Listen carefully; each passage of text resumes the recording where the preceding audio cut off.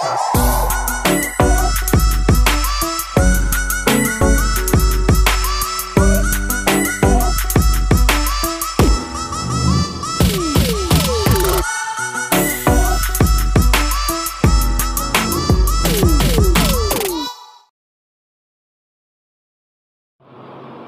Morning friends, biology की online कक्षा में आपका स्वागत है। फिजियोलॉजी वनस्पति विज्ञान में चल रही है अपनी, और बेटा फिजियोलॉजी का एक टॉपिक पादप जल संबंध मैं पूरी तरह से ख़त्म कर चुका हूँ, और आपसे भी आशा करता हूँ कि आप बाज़ार से वो सीट खरीद के फिजियोलॉजी वाली जो मैंने वहाँ दुकान पे रखवाई है उसे लेके बेटा पहले के पहले पूरे लेसन को आप याद कर लें। ठीक है, आज अपन नया लेसन शुरू कर रहे हैं। पाठ का नाम है वाष्पोत्सर्जन। ठीक है, तो देखो बेटा, सबसे पहली बात तो इस शब्द से ही शाब्दिक अर्थ निकल के सामने आ रहा है।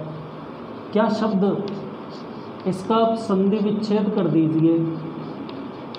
वाष्प उत्सर्जन, यानी कि वाष्प का उत्सर्जन।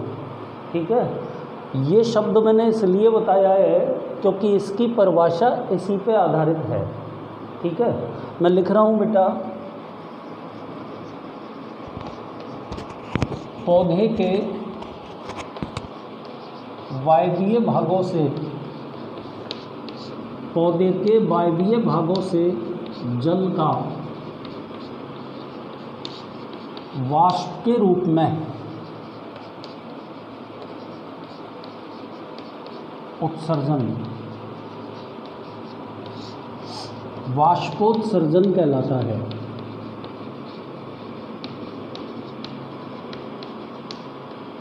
तो ये तो बेटा इसकी परिभाषा हो गई। क्या परिभाषा लिखी है बोर्ड पे? एक बार दोबारा सुन लो। पौधे के वायवीय भागों से जल का वाष्प के रूप में उत्सर्जन वाष्पोत्सर्जन कहलाता है। आगे इसी में आपको कहना है बेटा कि वाष्पोत्सर्जन एक जैविक क्रिया है। याद रखना बेटा, जैविक क्रिया है। ठीक है, एक और लास्ट बात इसमें कि पादप द्वारा अवशोषित जल का 90 से 99% जल वाष्पोत्सर्जन की क्रिया द्वारा बाहर उत्सर्जित कर दिया जाता है।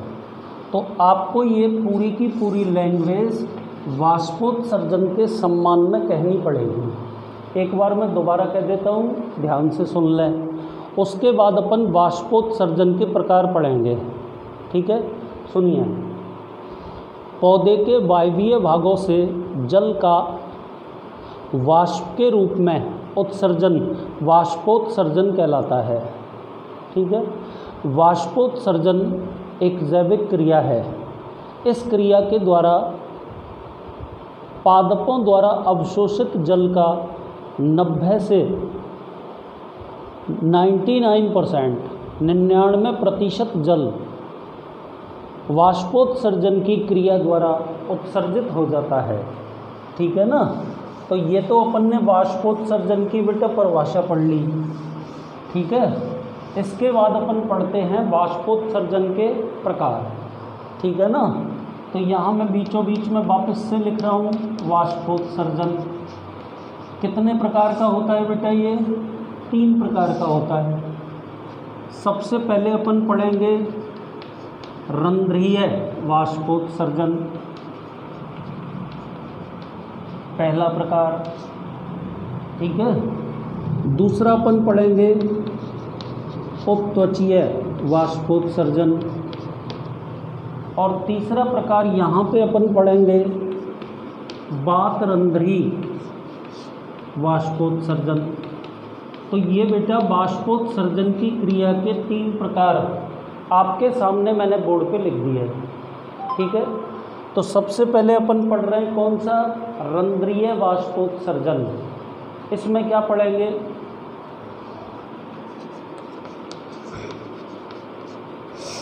पत्तियों की सतह पर उपस्थित रंध्रों,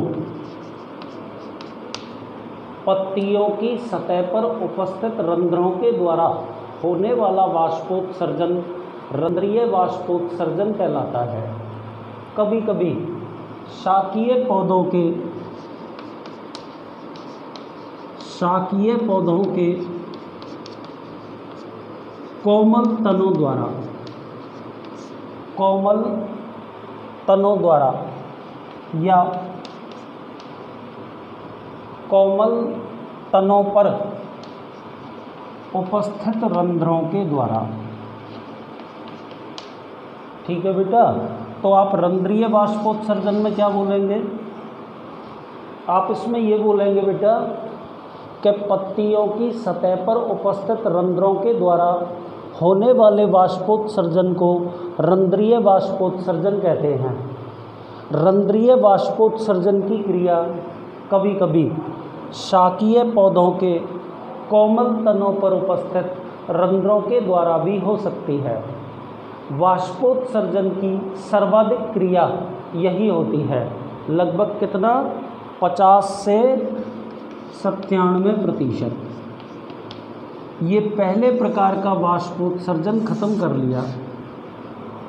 अब दूसरे प्रकार पे आ जाइए बेटा। दूसरा प्रकार क्या लिखा है बोर्ड पे? उपत्वचीय वाष्पोत्सर्जन। तो आप सुन लें थोड़ा सा, उसके बाद में लिखूँगा। देखो, उपत्वचा को अंग्रेजी में कहते हैं क्यूटिकल।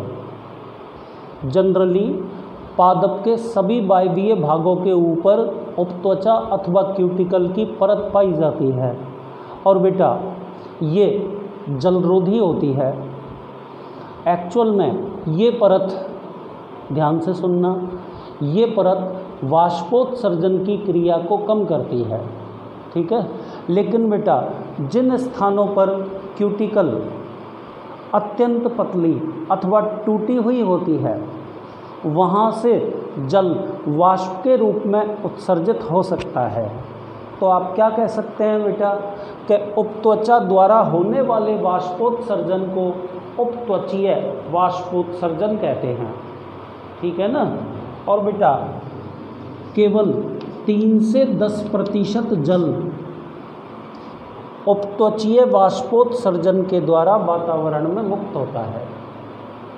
क्लियर है? अब अपन तीसरे पॉइंट पर आ गए बेटा। क्या लिखा है हेडिंग नंबर तीसरा? बातरंध्री वाष्पोत्सर्जन। ठीक है, तो इसमें अपन क्या बोलेंगे? काष्ठीय तनों व फलों पर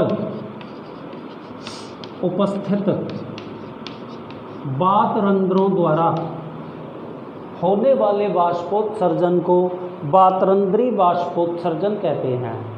और बेटा बातरंध्रों के द्वारा होने वाला वाष्पोत्सर्जन अति अल्प होता है। ठीक है, यह कुल वाष्पोत्सर्जन का केवल 0.1% होता है। तो बेटा ये तीनों के तीनों प्रकार आपके सामने मैंने ब्लैक बोर्ड पे लिख दिए। ठीक है, ध्यानपूर्वक सुने। देखो, सबसे पहली तो मैंने आज आपको वाष्पोत्सर्जन की परिभाषा बताई। ठीक है, क्या बताया मैंने वाष्पोत्सर्जन की परिभाषा में? मैंने ये बोला बेटा कि पौधे के वायवीय भागों से जल का वाष्प के रूप में उत्सर्जन वाष्पोत्सर्जन कहलाता है। ठीक है ना। वाष्पोत्सर्जन एक जैविक क्रिया है। इस क्रिया के द्वारा पादप द्वारा अवशोषित जल का 90 से 99% तक भाग वातावरण में उत्सर्जित हो जाता है। उसके बाद अपन ने स्टार्ट किए बेटा वाष्पोत्सर्जन के प्रकार। ठीक है, 3 प्रकार का होता है वाष्पोत्सर्जन। देखो, सबसे पहले रंध्रीय वाष्पोत्सर्जन। क्या लिखा है इसमें मैंने? पत्तियों की सतह पर उपस्थित रंध्रों द्वारा होने वाले वाष्पोत्सर्जन को रंध्रीय वाष्पोत्सर्जन कहते हैं। ठीक है, इसी में आप ये बोलेंगे, बोर्ड पे लिखा है शाकीय पौधों के कोमल तनों पर उपस्थित रंध्रों द्वारा भी कभी कभी रंध्रीय वाष्पोत्सर्जन की क्रिया होती है। ठीक है, कुल वाष्पोत्सर्जन का सर्वाधिक प्रतिशत रंध्रीय वाष्पोत्सर्जन होता है। कितने परसेंट बताया बेटा? 50 से 97%। दूसरे प्रकार पे आ जाइए, क्या लिखा है बोर्ड के ऊपर? उपत्वचीय वाष्पोत्सर्जन। कैसे बोलोगे इसको? आप बोलोगे कि पादप के वायवीय भागों पर उपस्थित उपत्वचा अथवा क्यूटिकल जल के लिए अवरोधी होती है। ठीक है, अर्थात यह जल को रोकने का कार्य करती है, परंतु जिन स्थानों पर उपत्वचा पतली अथवा टूटी हुई होती है वहाँ से होकर जल वाष्प के रूप में उत्सर्जित हो सकता है। ठीक है बेटा, आगे आप क्या बोलेंगे कि उपत्वचा से होने वाले वाष्पोत्सर्जन को उपत्वचीय वाष्पोत्सर्जन कहते हैं। और बेटा कुल वाष्पोत्सर्जन का केवल 3 से 10% भाग उपत्वचीय वाष्पोत्सर्जन के अंतर्गत आता है। तीसरे प्रकार पे आ जाइए। तीसरा प्रकार क्या लिखा है? बातरंध्री वाष्पोत्सर्जन। ठीक है बेटा, तो आप बोलोगे काष्ठीय तनों एवं फलों पर उपस्थित बातरंध्रों के द्वारा होने वाले वाष्पोत्सर्जन को बातरंध्री वाष्पोत्सर्जन कहते हैं। सुन लिया आपने? आगे चलिए। बातरंध्री वाष्पोत्सर्जन कुल वाष्पोत्सर्जन का अत्यंत न्यून यानी नगण्य केवल 0.1% होता है। तो बेटा अभी तक आपको मैं 2 टॉपिक समझा चुका हूँ, एक तो वाष्पोत्सर्जन की परिभाषा और दूसरी बेटा वाष्पोत्सर्जन के प्रकार। कितने प्रकार बताए आपको मैंने वाष्पोत्सर्जन के? 3। कौन कौन से प्रकार बताए? रंध्रीय वाष्पोत्सर्जन, उपत्वचीय वाष्पोत्सर्जन और बातरंध्री वाष्पोत्सर्जन। रंध्रीय वाष्पोत्सर्जन का प्रतिशत कितना बताया? 50 से 97%। उपत्वचीय वाष्पोत्सर्जन का कितना प्रतिशत बताया? 3 से 10%। और बेटा बातरंध्री वाष्पोत्सर्जन का कितना प्रतिशत बताया? केवल और केवल 0.1%। ठीक है ना। अब अपन नेक्स्ट टॉपिक शुरू करते हैं। रंध्रों की उपस्थिति के आधार पर पर्णों के प्रकार। ठीक है, बोर्ड पे लिख रहा हूँ।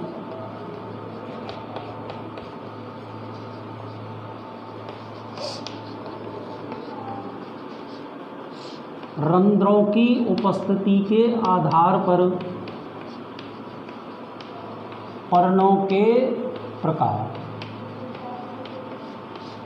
मतलब कि रंध्र कौन सी सतह पर पत्तियों पर पाई जाती हैं। तो बेटा उस आधार पर 3 प्रकारों में बांटा गया है पर्णों को, आपके सिलेबस के अकॉर्डिंग। देखिए 3 प्रकार पहले की तरह है ना। तो देखो सबसे पहले तो अपन पढ़ेंगे बेटा अधोरंध्री पत्तियाँ। ठीक है। नंबर 2 पे अपन पढ़ेंगे बेटा उभयरंध्री पत्तियाँ। और नंबर 3 पर अपन पढ़ेंगे बेटा अधिरंध्री पत्तियाँ। इनके बेटा दूसरे नाम भी हैं, वो भी आपके सामने मैं बोर्ड पे लिख रहा हूँ। अधोरंध्री पत्तियों को अपन क्या बोलते हैं? सेब प्रकार की पर्ण। ठीक है। उभयरंध्री पत्तियों को अपन क्या बोलते हैं? जई प्रकार की पर्ण। और अधिरंध्री पत्तियों को अपन क्या बोलते हैं? कुमुदनी वाटर लिली प्रकार की पर्ण। ठीक है ना। अब अपन को इन तीनों के बारे में अलग अलग पढ़ना है। ठीक है। सबसे पहला कौन सा प्रकार आपके सामने बोर्ड पे लिखा है?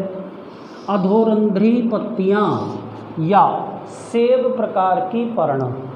अधो वर्ड का मतलब होता है बेटा नीचे, ठीक है।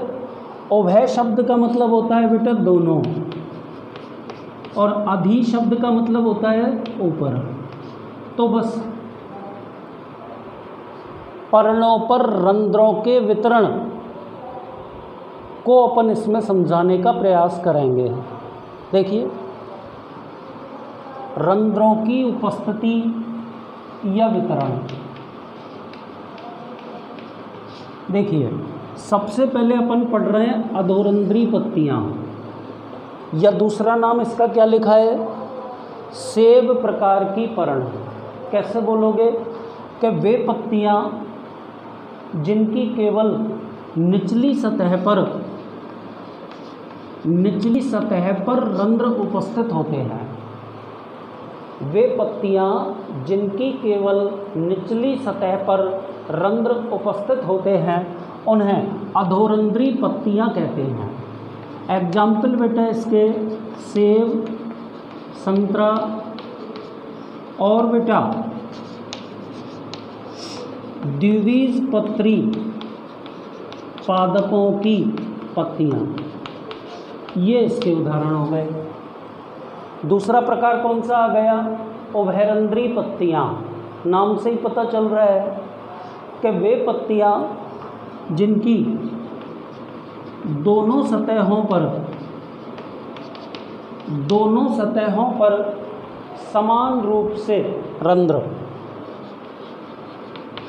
दोनों सतहों पर समान रूप से रंध्र उपस्थित होते हैं उन्हें उभयरंध्री पत्तियां या जई प्रकार की पत्तियां कहते हैं। ठीक है, इसके उदाहरण आप क्या लिखेंगे बेटा, जई, मक्का और बेटा एक बीजपत्री पादपों की पत्तियां, ये इसके उदाहरण हो गए। एक बात इसमें आपको और याद रखनी है कि उभयरंध्री पत्तियों में दोनों सतहों पर रंध्रों का वितरण एक समान होता है।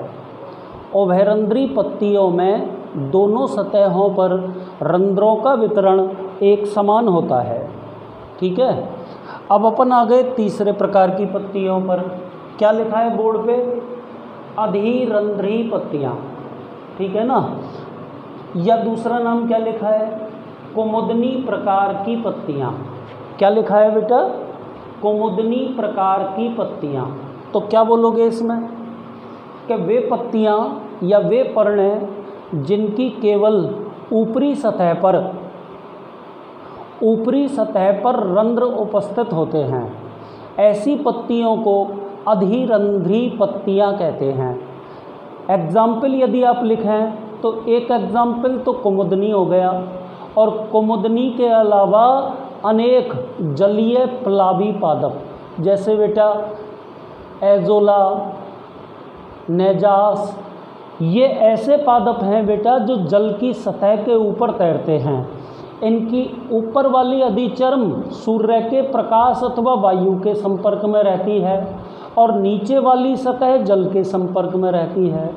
तो इन पादपों की ऊपरी सतह जो कि वायु अथवा सूर्य के प्रकाश के संपर्क में होती है, उस पर रंध्र विकसित हो जाते हैं। ठीक है बेटा, तो बेटा रंध्रों की उपस्थिति एवं वितरण के आधार पर पर्णों के प्रकार, कितने प्रकार पढ़े आपने, 3। कौन कौन से प्रकार, अधोरंध्री पत्तियां या सेब प्रकार की पत्तियां। क्या क्या एग्जाम्पल बोले इसमें, सेब, संतरा एवं द्विबीजपत्री पादपों की पत्तियां। दूसरी कौन सी पढ़ी आपने, उभयरंध्री पत्तियां। ठीक है, इसमें क्या क्या एग्जाम्पल, जई, मक्का और एक बीजपत्री पादपों की पत्तियां। और तीसरा आपने क्या पढ़ा, अधिरंध्री पत्तियां। कौन सी सतह पर रंध्र उपस्थित थे, ऊपर वाली सतह पर। कुमुदनी एवं विभिन्न अन्य जलीय प्लावी पादपों की पत्तियां इसके अंतर्गत आ गई। तो बेटा ये भी अपना टॉपिक खत्म हो गया। कि पत्ती की सतह पर रंध्रों के वितरण के आधार पर पर्णों के प्रकार। अब अगली चीज अपन पढ़ते हैं बेटा, रंध्र की संरचना। ठीक है, तो आप कैसे बोलेंगे बेटा, पत्ती की सतह पर अनेक छोटे छोटे छिद्र पाए जाते हैं। पत्तियों के अलावा ये फल एवं कोमल तनों पर भी उपस्थित रहते हैं। एक तो बेटा पत्तियों की सतह पर, पत्तियों की सतह पर फल व कोमल तनों पर। तो सबसे पहले तो आपको रंध्र की परिभाषा बोलनी है कि पत्तियों की सतह पर उपस्थित सूक्ष्म छिद्रों को रंध्र कहते हैं। ठीक है, आगे क्या बोलोगे, ये पत्तियों के अलावा कोमल तनों एवं फलों पर भी हो सकते हैं। ठीक है, अब अपन इसकी संरचना पे आते हैं बेटा, ध्यानपूर्वक सुनना और समझना। देखो, रंध्र एक अंडाकार छिद्र की भांति होता है। रंध्र एक अंडाकार छिद्र की भांति होता है। प्रत्येक रंध्र के चारों ओर दो वृक्काकार द्वार कोशिकाएं पाई जाती हैं। ये बेटा मैंने द्वार कोशिकाएं बना दी। ठीक है ना, आगे चलिए। द्वार कोशिकाओं में हरितलवक उपस्थित होता है। ये बना दिया बेटा, हरितलवक बना दिया। द्वार कोशिकाओं की भीतर वाली भित्ति अपेक्षाकृत मोटी तथा बाहर वाली भित्ति अपेक्षाकृत पतली होती है। ठीक है, आगे चलिए। द्वार कोशिकाओं के बाहर की ओर अनियमित आकार की कोशिकाएं उपस्थित होती हैं। इन अनियमित आकार की कोशिकाओं को पूरक या गौण कोशिकाएं कहते हैं। चित्र आपके सामने बन चुका, अब मैं इसमें नाम लिख रहा हूँ। देखो, ये इनके अंदर मैंने केंद्रक बना दिया बेटा। तो ये तो कौन सी कोशिका हो गई, पूरक या गौण कोशिका। ये कौन सी कोशिकाएं हो गई, द्वार या रक्षक कोशिकाएं। ठीक है, बीचों बीच में ये क्या हो गया बेटा, स्टोमा या स्टोमेटा रंध्र, है ना। और बेटा ये जो मैंने स्टार लाइक स्ट्रक्चर बनाए हैं, ये क्या हो गई, हरित लवक। अब मेरी बात को ध्यान से सुनना बेटा, जो ये रंध्र के दोनों साइड में अपन ने द्वार कोशिकाएं बनाई हैं, इन द्वार कोशिकाओं की परासरणीयता यानी कि इनमें उपस्थित लवणों की सांद्रता रंध्र के खुलने और बंद होने की क्रिया का नियंत्रण करती हैं। ठीक है बेटा, ध्यान से समझना जो आपको मैं समझाना चाह रहा हूँ, है ना। देखिए, दिन में द्वार कोशिकाओं में उपस्थित हरित लवक प्रकाश संश्लेषण की क्रिया के द्वारा भोजन बनाता है।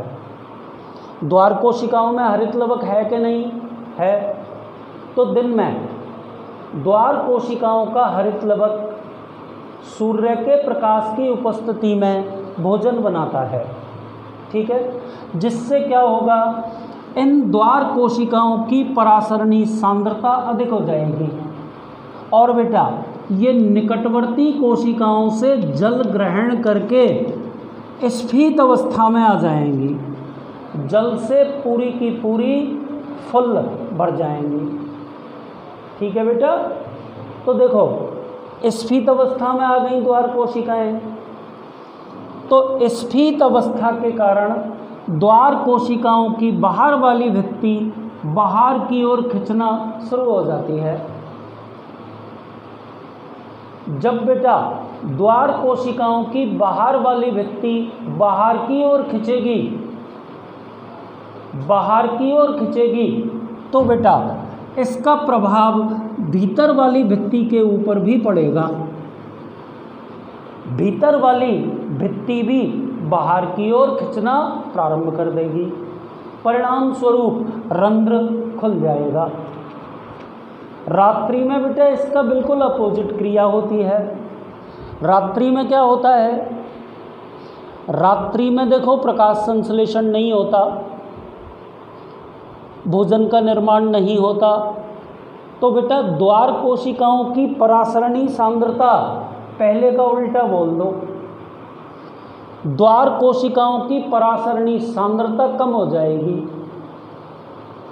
ये अपने जल को बाहर उपस्थित निकटवर्ती सहायक कोशिकाओं में डाल देंगी।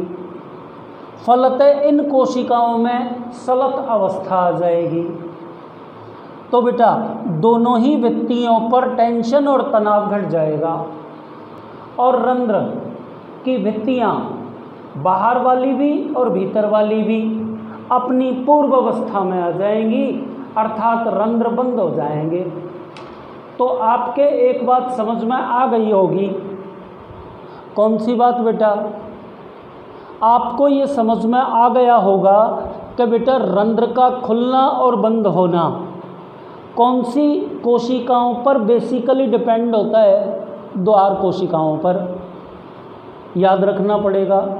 जब द्वार कोशिकाओं की परासरणी सांद्रता अधिक होती है दिन में, किस कारण? प्रकाश संश्लेषण के कारण, तो वो निकटवर्ती बाह्य कोशिकाओं से जल ग्रहण कर स्फीत अवस्था में आ जाती हैं और स्फीत अवस्था का प्रभाव पहले बाहर वाली भित्ति पर, तत्पश्चात द्वार कोशिकाओं की भीतरी वाली भित्ति पर पड़ता है और बेटा तनाव और टेंशन के कारण रंध्र खुल जाते हैं। रात के लिए इसे उल्टा कर दीजिए। रात में द्वार कोशिकाओं की परासरणी सांद्रता नेग्लिजिबल होती है, द्वार कोशिकाओं में सलत अवस्था डेवलप हो जाती है, ठीक है। और बेटा सलत अवस्था होने पर द्वार कोशिकाओं की भित्तियां अपनी पूर्व अवस्था में आती हैं, परिणाम स्वरूप रंध्र बंद हो जाते हैं। तो बेटा आज मैंने आपको कौन कौन सी चीज़ें पढ़ाई? एक तो मैंने पढ़ाया कि वाष्पोत्सर्जन किसे कहते हैं और वाष्पोत्सर्जन कितने प्रकार का होता है। दूसरी बात आपको मैंने बताई कि पर्णों पर रंध्रों के वितरण के आधार पर पर्णों के प्रकार, 3 प्रकार की पत्तियां आपने पढ़ी, अधोरंध्री पत्तियां, उभयरंध्री पत्तियां और अधिरंध्री पत्तियां। और बेटा सबसे लास्ट में आपको मैंने समझाया रंध्र की स्ट्रक्चर बाय डायग्राम, ठीक है। ये पार्ट कंटिन्यूअस अगले वीडियो में चलता रहेगा। आज के लिए केवल इतना ही। धन्यवाद।